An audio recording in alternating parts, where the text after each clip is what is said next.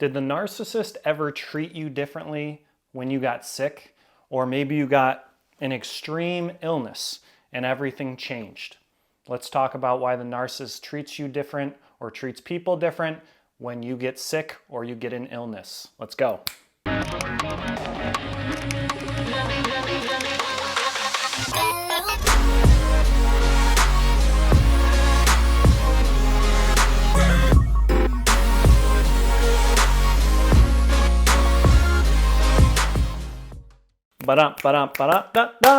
Welcome back, guys. JT here. Thank you so much for being here. So grateful for all of you. So grateful for all the comments and all the subscribes and all the likes and all the love. Really means a lot to me. I am so grateful to read through the comments and see that people are on their healing journey. And it's great to see everyone else commenting on each other's comments as well, because it's a community at this point where you can be heard and understand that you're not alone. Like, everyone goes through this. You know, the narcissists all live by the same rule book. They all do the same things. Every single one of them.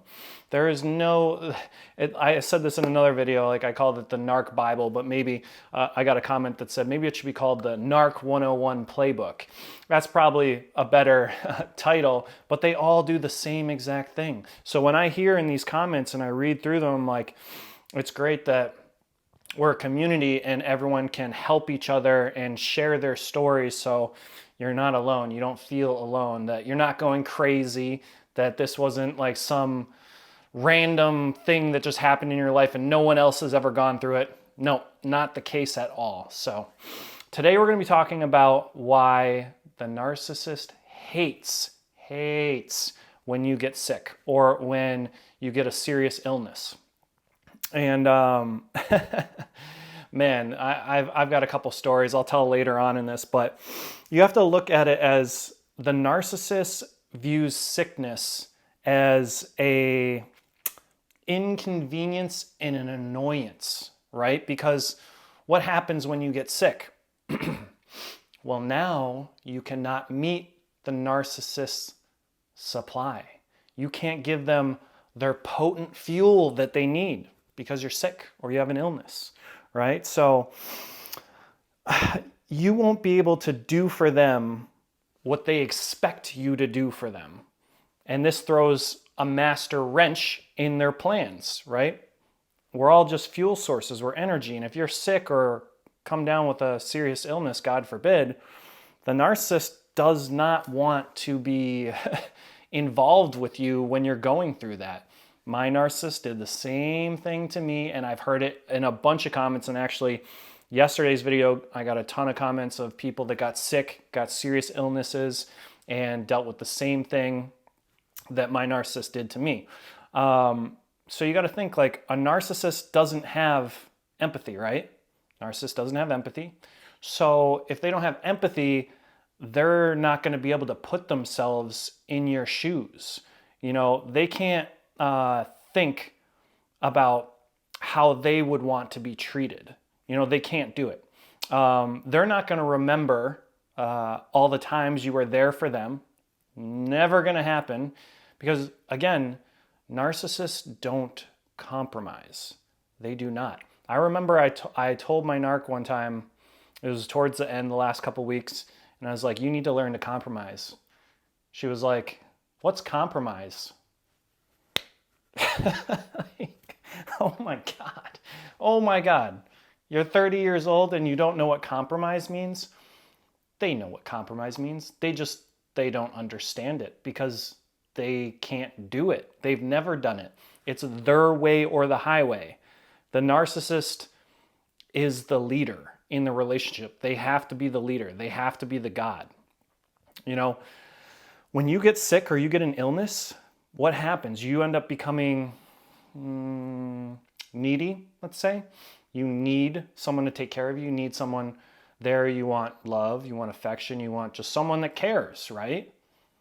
Narcissist doesn't want this. Narcissists hate this. When you're sick, a narcissist might leave, threaten for divorce. I read this in a comment yesterday or the day before. It's so sad. They'll be extra critical. They'll often blame you because, again, the narcissist always needs to be the victim. And when you're sick, they'll end up blaming you so that they're getting the victim mentality. It's like absolutely crazy. They'll minimize your illness. They'll tell you, hey, stop faking it, like, I'm so angry that you're sick. Like, oh, I'm sorry, I'm an inconvenience to you that I can't give you everything you need.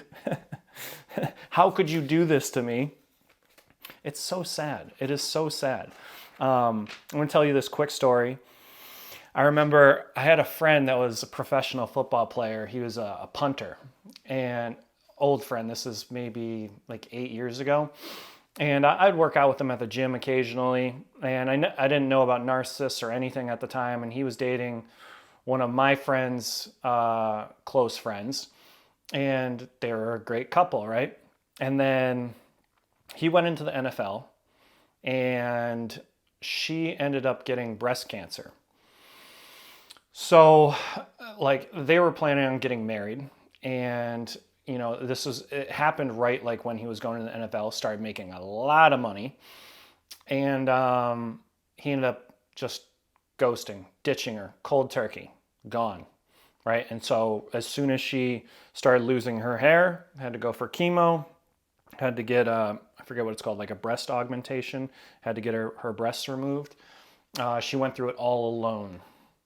And then he was sleeping around with a ton of girls, doing threesomes and orgies and all that type of stuff. And she was in the hospital daily and going through surgeries and all this other stuff, all alone. And this is very, very typical of a narcissist. This is what they do. There is no compromise. If you're sick and you can't give them what they need, you can't give them that potent supply force, they're going to leave you. I read a comment the other day, a woman got cancer, narcissist stopped answering her phone calls and just cold turkey. This is what they do.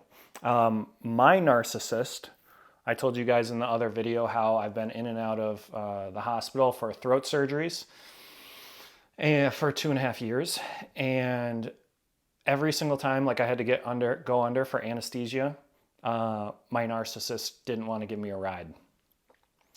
I had to Uber. I had to wake up alone and then Uber. And she'd be hanging out with her other supplies, right? But when she got sick, who was there for her? Me. And I guarantee in the comments for this video, I'm going to hear all your stories of the same exact situations. It's absolutely crazy. You got to understand that, like I said, narcs don't compromise or comfort you. And let's think about this. If they don't compromise or comfort you in the good times, why the hell would they do it in the bad times? Right? They can't do it normally. They can't compromise or give affection, comfort, love, support when it's good. So when it's bad, it's going to be really, really bad. All right. So I had to do this. It's a quick video, but I had to do this just to share with you guys because I've seen it firsthand with myself, and then I've seen it with that old friend that I had many, many years ago before I knew anything about narcissism, and then I read it a bunch in the comments yesterday for the other video. It's really a thing. Like, the narcissist can never comprehend, what you're feeling. They can't put themselves in your shoes. And it's really sad because if your narcissist got sick, as an empath, a super empath, you would be there for them. You would do everything you can to make them get better, right? I remember this one time I got a cold. My narcissist was like, no, I don't want to see you for like 2 weeks. Cold only lasted like 3 days. But, I guarantee she was hanging out with her other supplies, doing whatever.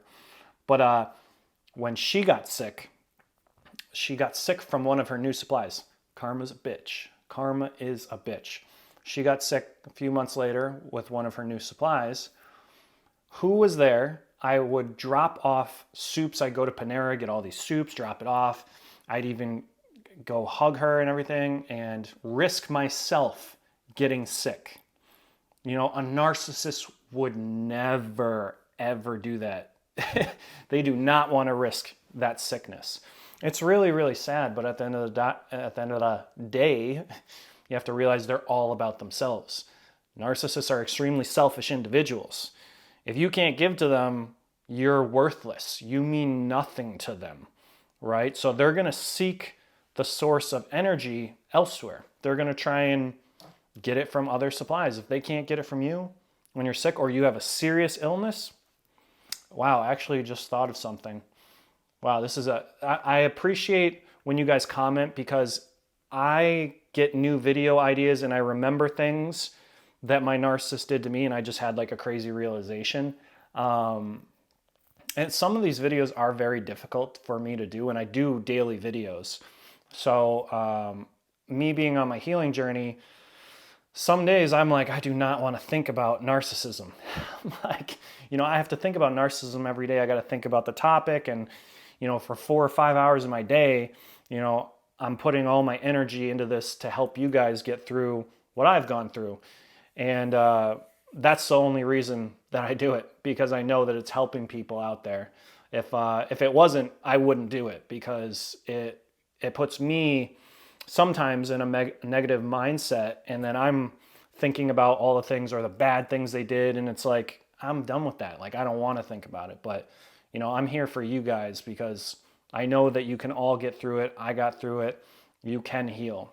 So yeah, the realization I had. So me going into the hospital for the past 2.5 years for my throat surgeries, maybe that was the reason, one of the reasons, why I got pushed out in the beginning and she sought out new supply. And I never thought about that because now that I'm thinking about the timeline when it all happened right around that. And she got like 2 new supplies when I was going in and out of the hospital. And it never clicked. It never clicked until me doing this video. So even me doing these videos, I'm helping myself. So I appreciate your comments because it gives me motivation and inspiration to keep doing this every single day so that we can all be on the same healing path and become the best versions of ourselves. So let's get to some comments. We're going to read the comments for a couple of yesterday's video and the day before. And I'm also going to be doing live streams on Sundays at 7 p.m. Eastern Standard Time. You guys can ask me any questions in there. Just have you can comment. We can just have discussions on different types of topics, and I can go more in depth because with all the comments I do get in a week, it gets tough to get really in depth with them. So if you have more questions or you want me to touch more in detail about these certain topics, I will, because again, some of these videos I could make an hour and a half long, but you know, the attention span now of people is like TikTok, 30 seconds, done, on to the next. So I try and keep these as short as I can, but sometimes it is very difficult when it is more science-based. But all right, let's get into the comments and see what people are saying. Okay, we got Revelation Genesis said, I have over 1,200 medical reports throughout my marriage. Wow, I feel for you. That I got compassion for you. That's a lot. When I realized I was being poisoned as well and down to 84 pounds, God pulled me out. 5 years later, I'm moved across the country and detoxed in more ways than one. These are demonic spirits. They made a mockery of my life. Yep, they will do that. Again, see, it just so happens this is a health related one. They don't want to deal with any kind of trauma that you're dealing with in your life, but they want you to deal with all of their trauma and all of their baggage and all of their exes and everything they've ever done. Again, the victim mentality. It's all about them. It's never about you. So you better hope that you can be the perfect person and be the hero and save them, the cure. They want you to be the cure for them. Not ever going to happen. I know someone who developed schizophrenia. This is Kay Miller. She said, I know someone who developed schizophrenia. She was very much under his control. He broke her in the end.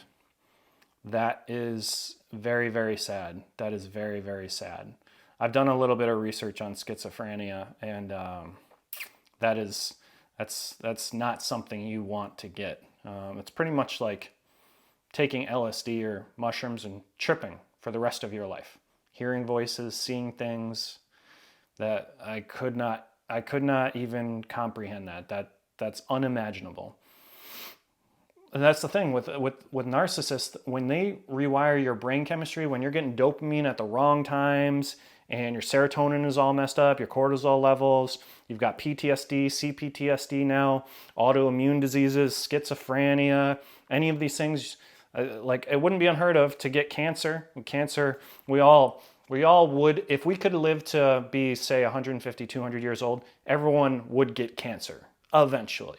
You know, some kids get cancer, like teens, adults, but diseases come from stress and the way we live our lives. And when you're with a narcissist and all your chemistry gets changed, I've read it and you guys are hearing it from the comments, happens all the time. Sickness and illness is created from the narcissist, from being in such a toxic, abusive relationship. That's why it's so important that you get out while you can and you continue on your healing journey to get your body and your mind back to homeostasis, because it's real. Like the sickness and the illnesses are real.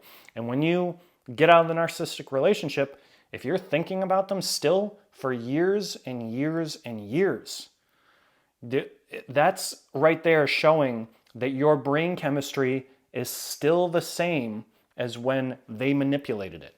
You haven't changed or returned your brain chemistry back to normal. If you're still ruminating years later, the brain chemistry is still what it was in the narcissistic relationship. Therefore, you're still going to get sicknesses, illnesses. That's why it's so important to heal and let go of the narcissist.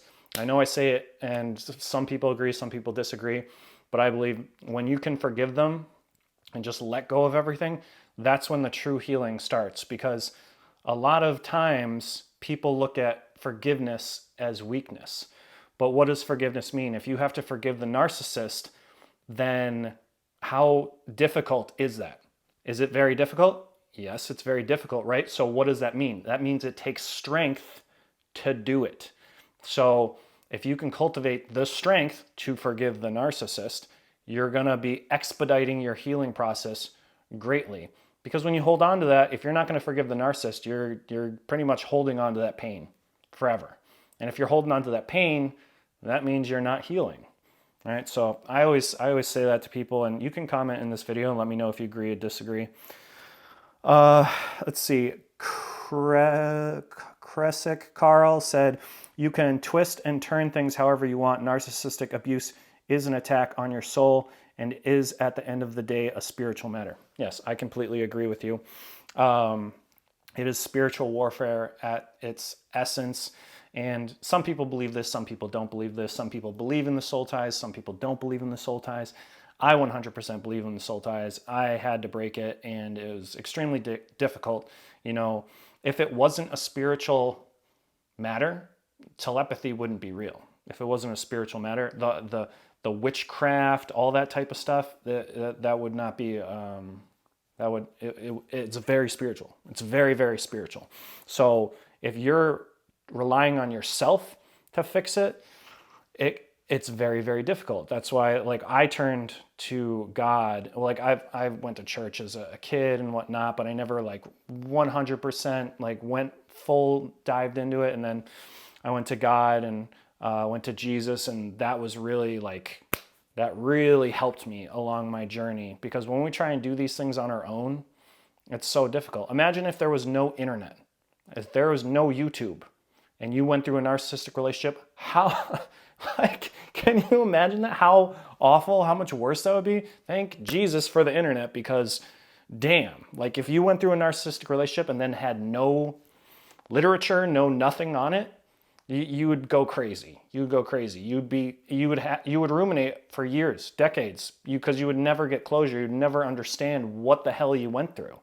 So it's great that we all have these outlets, you know, social media that we can learn and books. because if we didn't, it would be way, way more difficult. Dark Seven Angel said, how do I get rid of the trauma bond in the ties with all of these narcissists? I highly recommend go watching my soul tie trauma bond video. I will do more trauma bond videos. Some people say the trauma bond and the soul tie is the same thing. Again, in this, because it's spiritual, there's no like perfect answer. There's no, it's a very gray area, and it really comes down onto your beliefs too. Do you believe in the spiritual, or are you an atheist? Do you believe in just the science? Like it really depends. I believe in the spiritual. So with the trauma bond and the soul ties,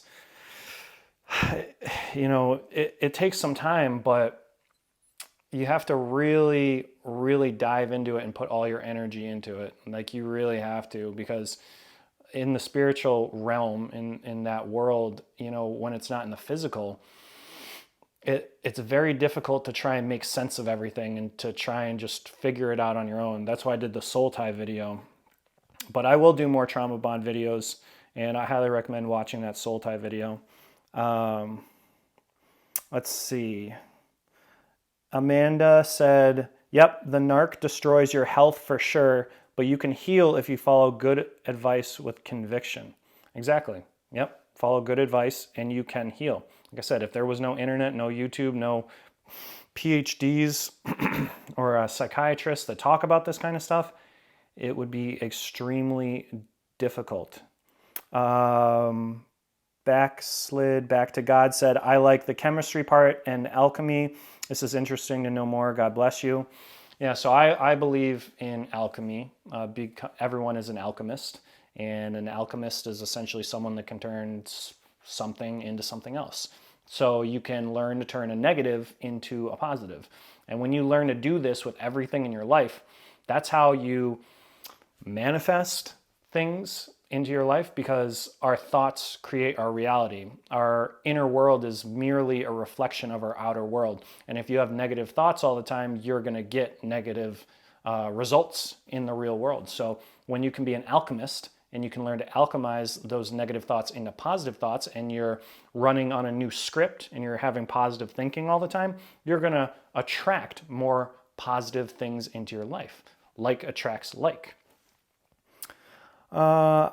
I now have, let's see, I am Wabi-Sabi. That's a cool name. I now have MS. People can say whatever. I know it was from the narc torture. Guys, it's real. I'm telling you, it's real. Getting sicknesses, severe illnesses. Like I did the video on the chemistry and a little bit on the autoimmune disease.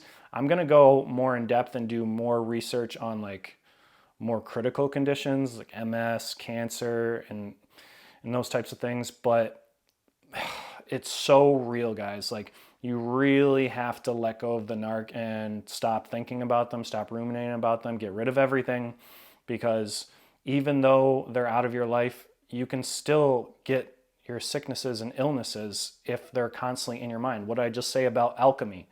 If you're thinking about the narcissist, which was negative, toxic relationship, you're creating more of that to come into your world. So that's why it's so important to heal. Like, it's the best thing you can do for yourself. You can heal and move on, and we can all do it. You just have to focus the energy and get it done. It's easier said than done. It's going to be hard. It's going to be painful. Again, if you're going to try and forgive the narcissist, it takes great strength to forgive someone that did such treacherous things on you. Imagine if you're like one of these people that have gotten one of these serious illnesses. How difficult would it be to forgive them? If you got cancer, you got MS, you got any kind of autoimmune disease, how difficult, how much strength would it take to forgive them? Immense. That's going to be incredibly painful, incredibly. But from that, you will be able to heal. That's a question. Athena said, hi, I have been obsessed with your videos. Much love. Thank you, Athena. Can you talk about how to identify a crack addiction in my boyfriend? He said he stopped. How did you stop? Oh, so, okay, so I see you're probably relating this to when I said my sleeve tattoo was from being a heroin addict, being addicted to opiates for a few years. Yeah, it was really bad back about 9 years ago, 10 years ago.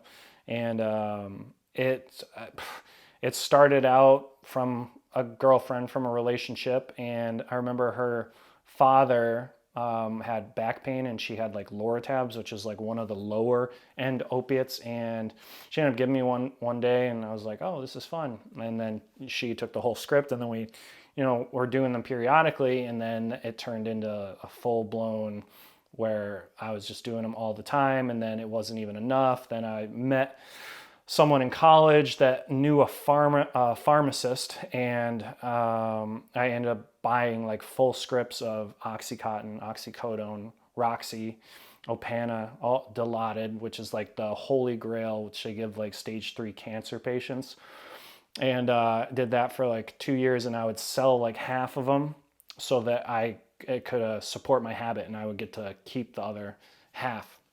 I did that for like 2 years in my mid 20s, and it absolutely, I OD'd a few times, and man, it was rough. And I think it kind of got to a point where it was like, well, what am I doing with my life? Like, where am I going? Is this all I'm meant to be? And I felt like, I had a purpose. I had something I had to do with this life, and I didn't know it at the time, but I knew that wasn't the answer. And I just went cold turkey one day, and I just stopped. And it was very, very difficult. I remember I had like withdrawals for 2 weeks. I laid in bed, could barely get up to go to the bathroom. It was really bad.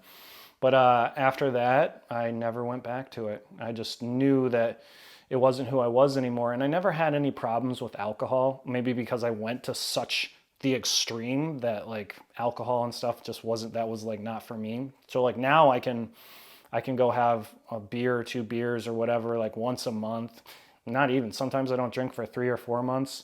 And it's not appealing to me. And that might be too because I'm so health conscious, and I work out every single day.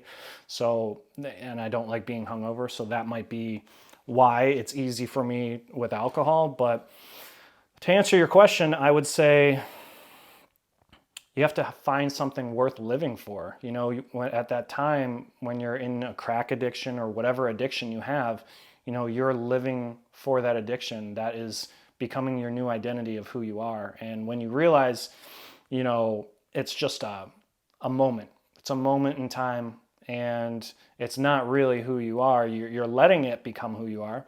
You have to make the conscious decision that you want more for your life and that you want to better it.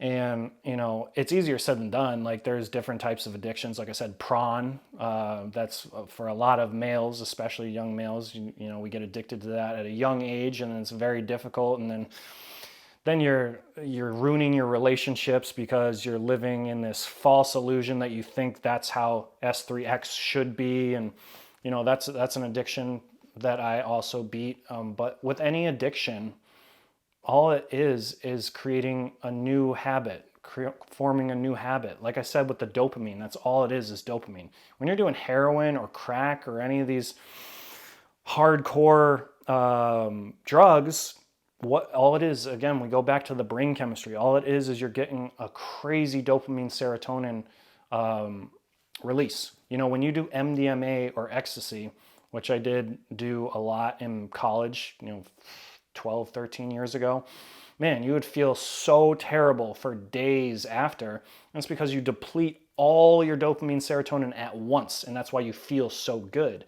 And then you feel like absolute shit after. It's the same thing with any addiction, is that you've made a chemical addiction to this thing. So you're trained your brain to get these dopamine hits from these certain things. And just like I said in the other video, you now have to train your brain to get the dopamine from other things.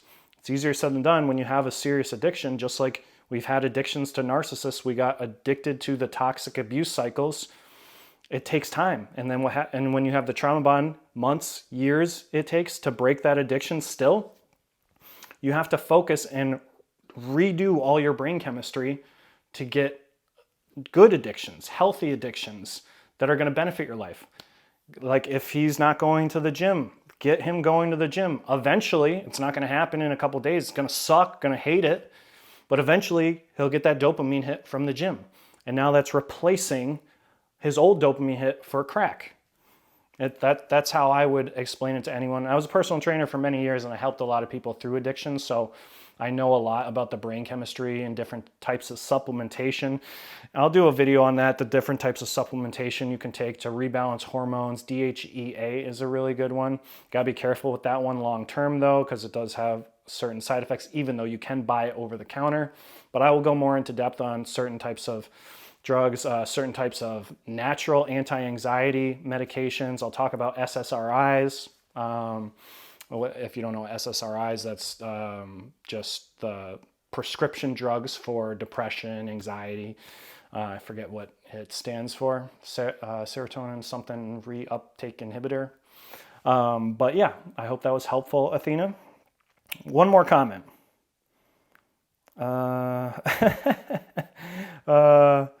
Sean said, you've been in and out of the doctor for 2 years now. I hope she's pretty. Yeah, that's why I got stuck for so long.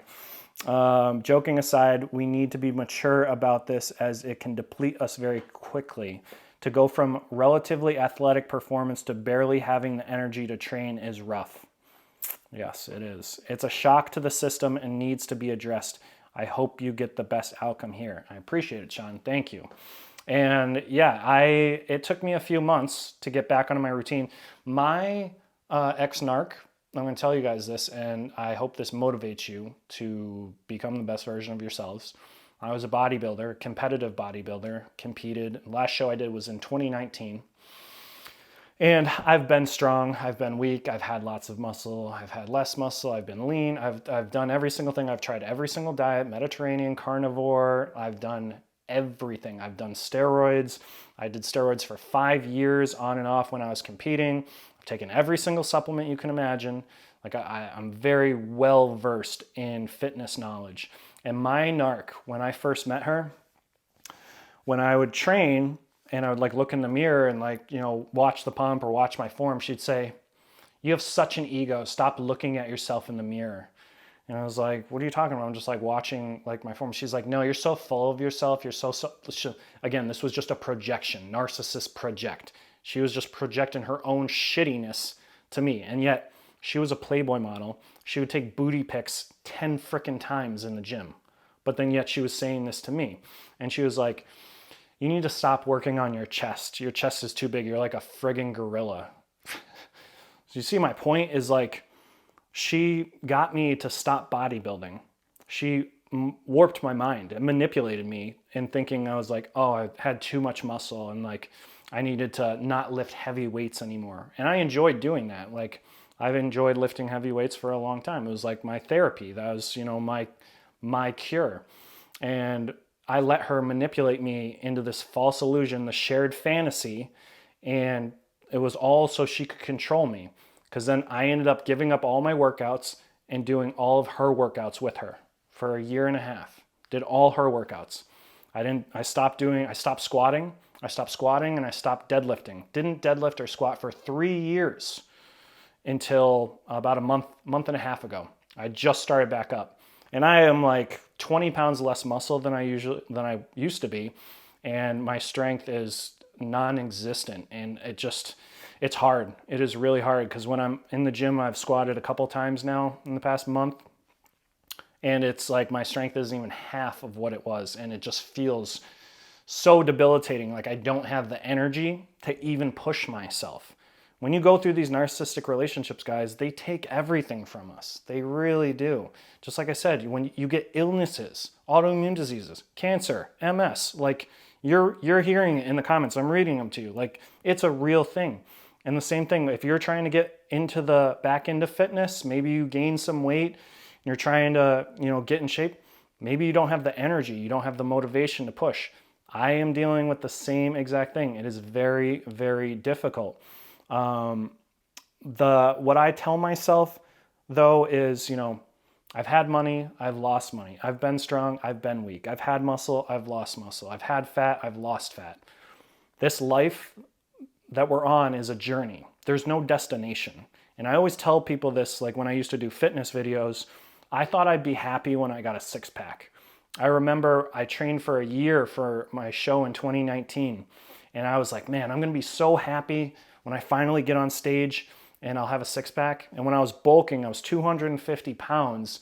And then when I was on stage, I was 197. So I lost 53 pounds to get super, super lean. And I thought for that whole year, I'm like, man, I'm going to be so happy when I get that six pack. I was thinking about the destination, not the journey. And then when I got the six pack, it was fleeting. It was a day. Like I lost it within 3 weeks, you know? And I was like, yeah, this is cool. Like it was a momentary thing. And then it was gone. Because I was seeking external happiness when happiness is created internally. When we stop looking for the destination and we start enjoying the journey, that's what makes it worth it. You know, if someone was to just give me $1 million right now, it would, like for a moment, like that would feel great, but I didn't do anything to deserve it. I didn't work hard for it. So it's like, it's worthless. It's worthless. That's what the journey is about. So if you're struggling to get back in the gym, to lose weight, to gain muscle, just to do a normal routine, whatever it is, just know it's a journey. It takes time to get there. You know, maybe it'll take me 6 months, a year and a half, 2 years to be able to squat what I used to be as strong as I used to rebuild my body. But that's okay. It's a journey. You know, if I was to wake up tomorrow and I just got everything back, just snap like a magic pill or something, it would mean nothing because it would be worthless because I didn't put in the effort. The journey is what makes life beautiful. The journey. You know, the autoimmune disease, 2.5 years of not being able to, imagine this, 2.5 years of not being able to go out and eat at restaurants, not being able to eat a steak, not being able to eat a pork chop. I can't eat any meats. The only meat I can have is ground up like really fine, and it has to be not gamey like beef or turkey. And I can't go out to restaurants because I've choked 4 times in a restaurant, on pizza, on a burger, on a steak. So I have PTSD from that, from 2.5 years of this choking issue that I've had. My throat is 13 millimeters when a normal throat is 15 to 18 millimeters, so it's very difficult for me to swallow. So what would I give to be able to just go out and have a burger with friends? I would give every dollar I've ever earned to do that. And what I've realized from this, when you get sicknesses, if you have an illness, MS, cancer, addictions to drugs, any of this stuff, I always tell myself, I will get better. Again, because you're an alchemist. You can choose to sit in your misery and sit in your suffering, but doesn't do you any good. You know, all you're doing is bringing in more negativity. So even if you're in the bad times, if you've gained weight, if you have injuries, if you have sicknesses, just tell yourself, I will get better. This is a moment of my life. This is just a moment. It doesn't matter how painful it is or whatever it is, you will get through it. You can get better. I promise you, you can get better. It's all the mindset. We can do anything we want in our lives, but we allow the negativity and the traumas to make us slaves to our own shadow selves. So that's why it's so important to go on the healing journey, become an alchemist, try and think positive. I know it's easier said than done. It's very difficult, but you can do it. I promise you, you can do it. You can get through it. I am no different than any of you. I am not perfect. I have so many issues. Like I said, everyone has trauma. Everyone on this planet has trauma. And some people's might be similar to others, some might be very different, but what matters is that we're all the same. We're all the same, we've all gone through it, and we can all get through it and get to the other side. You know, the choice is up to us. Like if we want to live in that negativity or if we want to live in that positivity and take that choice to make the right decision and go towards a better future, we can do it. It's all up to us. So I hope that video was insightful for you guys. I'm so grateful for all of you. Again, comment on this video. Let me know if you've gotten sicknesses, illnesses, if you gained weight, if you're struggling with energy and getting through workouts. Maybe you've had to turn to supplements. I remember when I was trying to get back into it, I started taking caffeine like crazy. I don't drink caffeine now at all. But I was like up to like 600, 700, 800 milligrams of caffeine, and my anxiety was through the roof just so I could try and do a normal workout. You know, we all go through things, guys. So just know we're all together. It's a community and we're all healing. And yeah, comment on this video. Let me know if you agree with me, if you like this kind of content. And I'm super grateful for all your support. And I hope you guys continue on your healing journey, becoming your most authentic self and living your dream life. All right, guys, later.